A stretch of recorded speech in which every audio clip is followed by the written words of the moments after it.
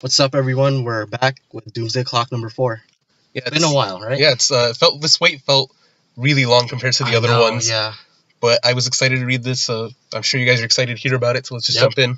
All right. So starts off with Rorschach. He's in prison now. Yeah, the new Rorschach. The new Rorschach, and he's getting some food. Yeah. He really loves pancakes. Like the first panel is like an image of like a stack of pancakes. Yeah, because he's thinking about how like an old friend, which we'll talk about later, but an old friend used to tell him to picture what he wants to see. Yeah.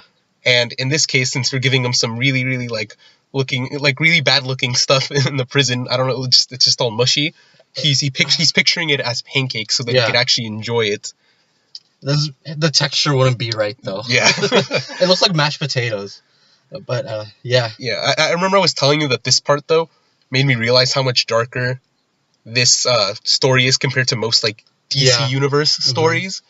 Just because this one guy's basically like telling him like, hey, you should hang out with me because I'll treat you gently if you know what I mean, and other people won't treat you as gently. Oh. So that made me realize like, wow, they're really doing this like a real prison. Look, I would take that offer. I would take that offer. But yeah, we're getting more backstory on this new Rorschach's life.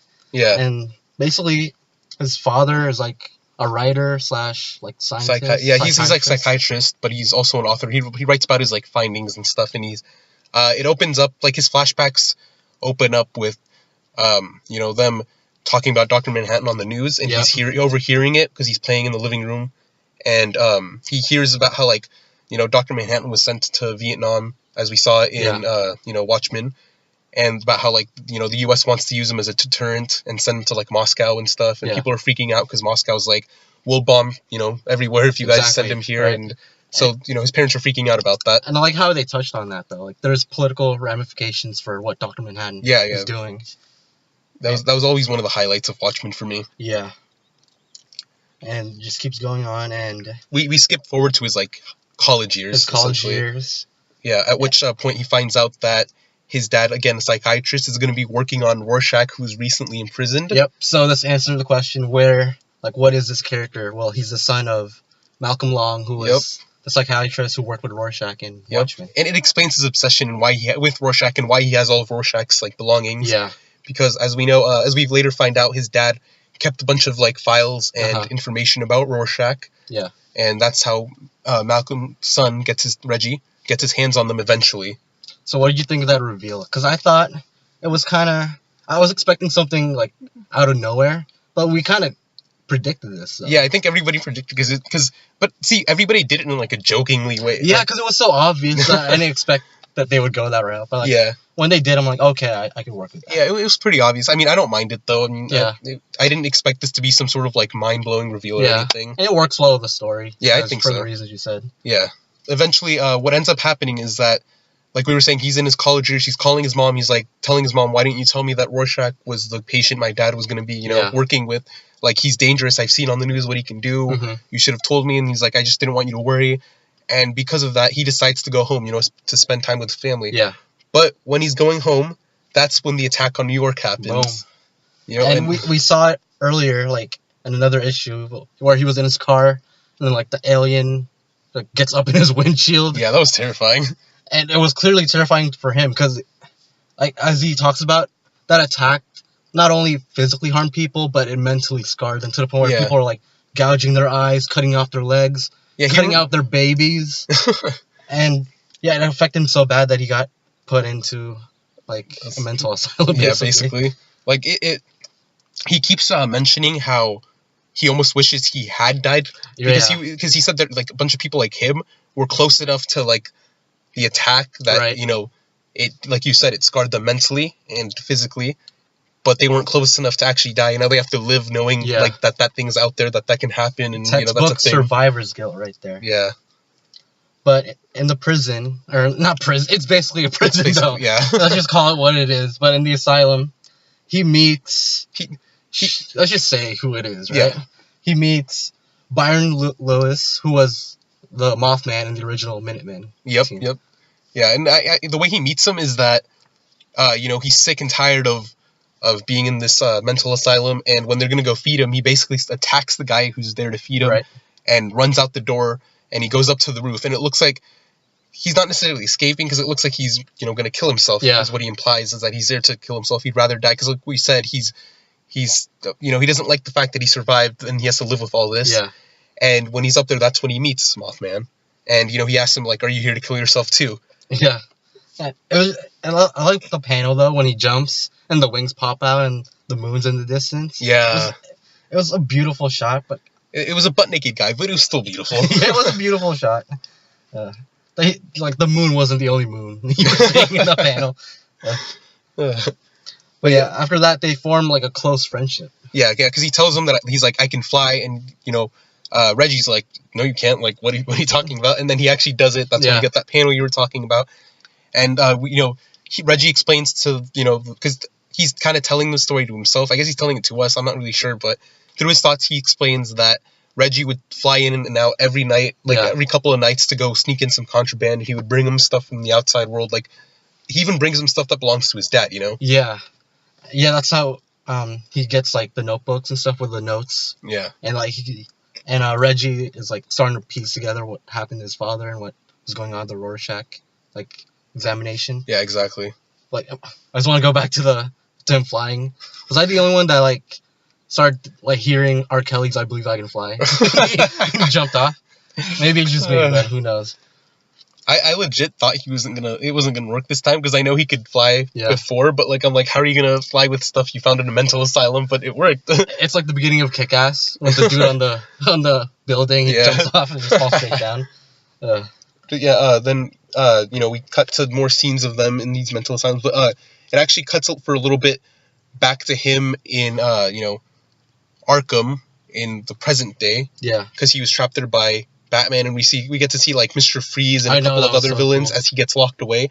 And then we cut back again to his past visit at a different mental asylum, where, like we said, Mothman would bring him contraband back and forth, including stuff that belonged to his dad. And so now that he has his hands on like his dad's files and stuff, he's looking through it, trying to learn what he can about Rorschach and what happened and what his dad knew.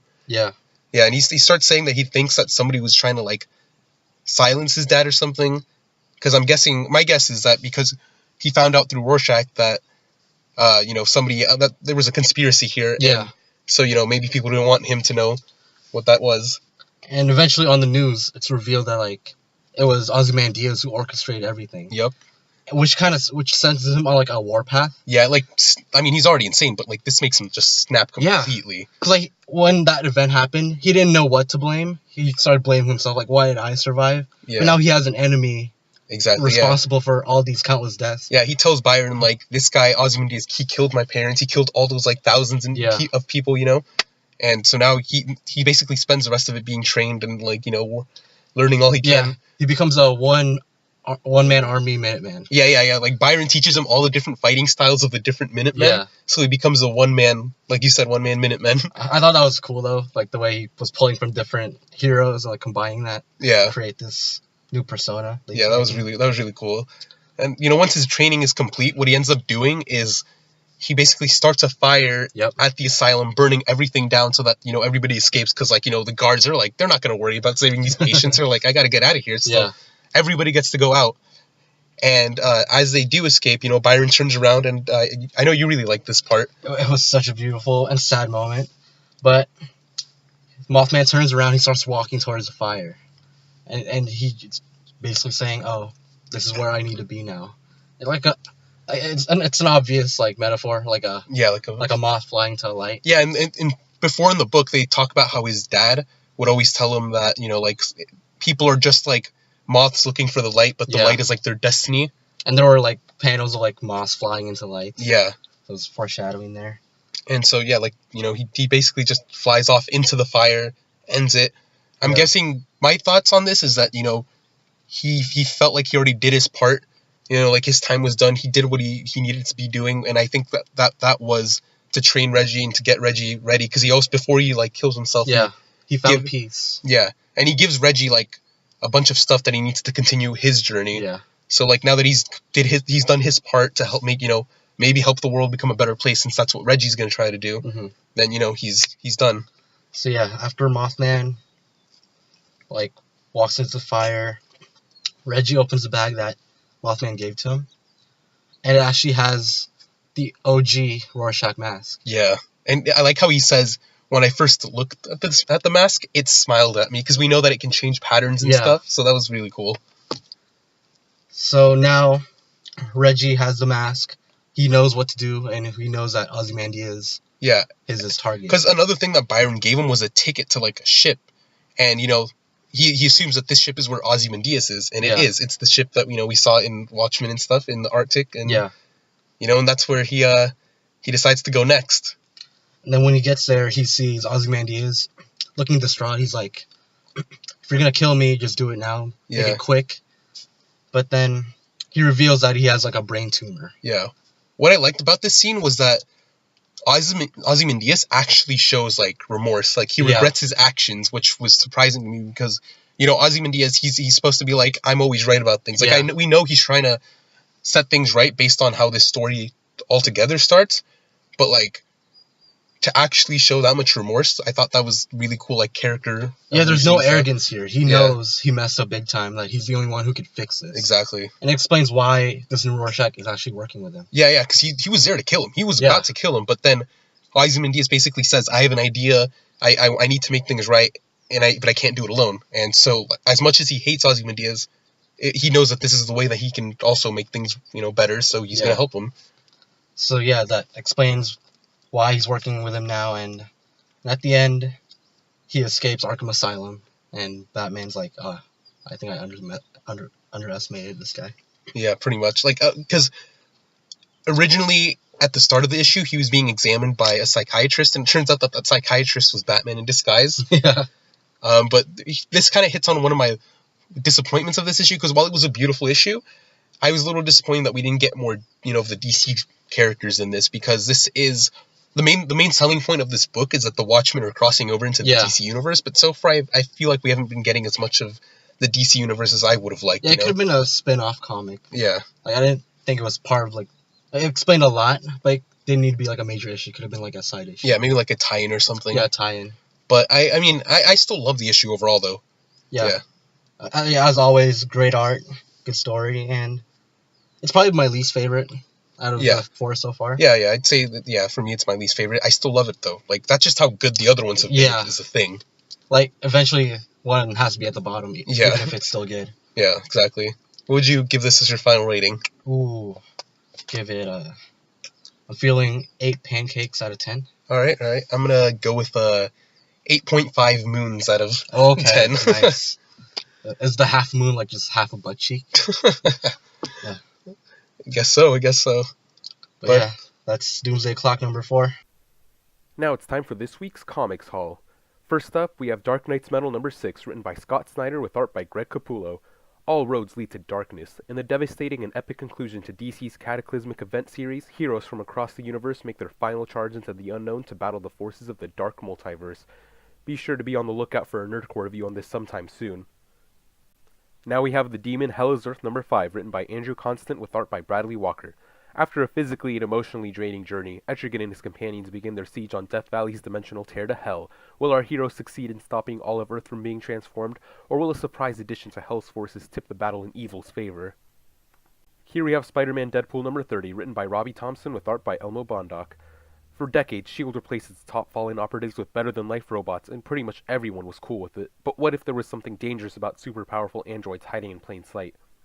Finally, we have Moon Knight number 193, written by Max Bemis with art by Jason Burrows. 2 avatars enter the jungle, only one will leave. The Sun King's ritual of ascendance is prepared, but Moon Knight won't go gentle. Well, that's all we have for you in this video, but if you want more Doomsday Clock and more comics in general, be sure to subscribe, and I'll catch you here next time at the Nerdcore.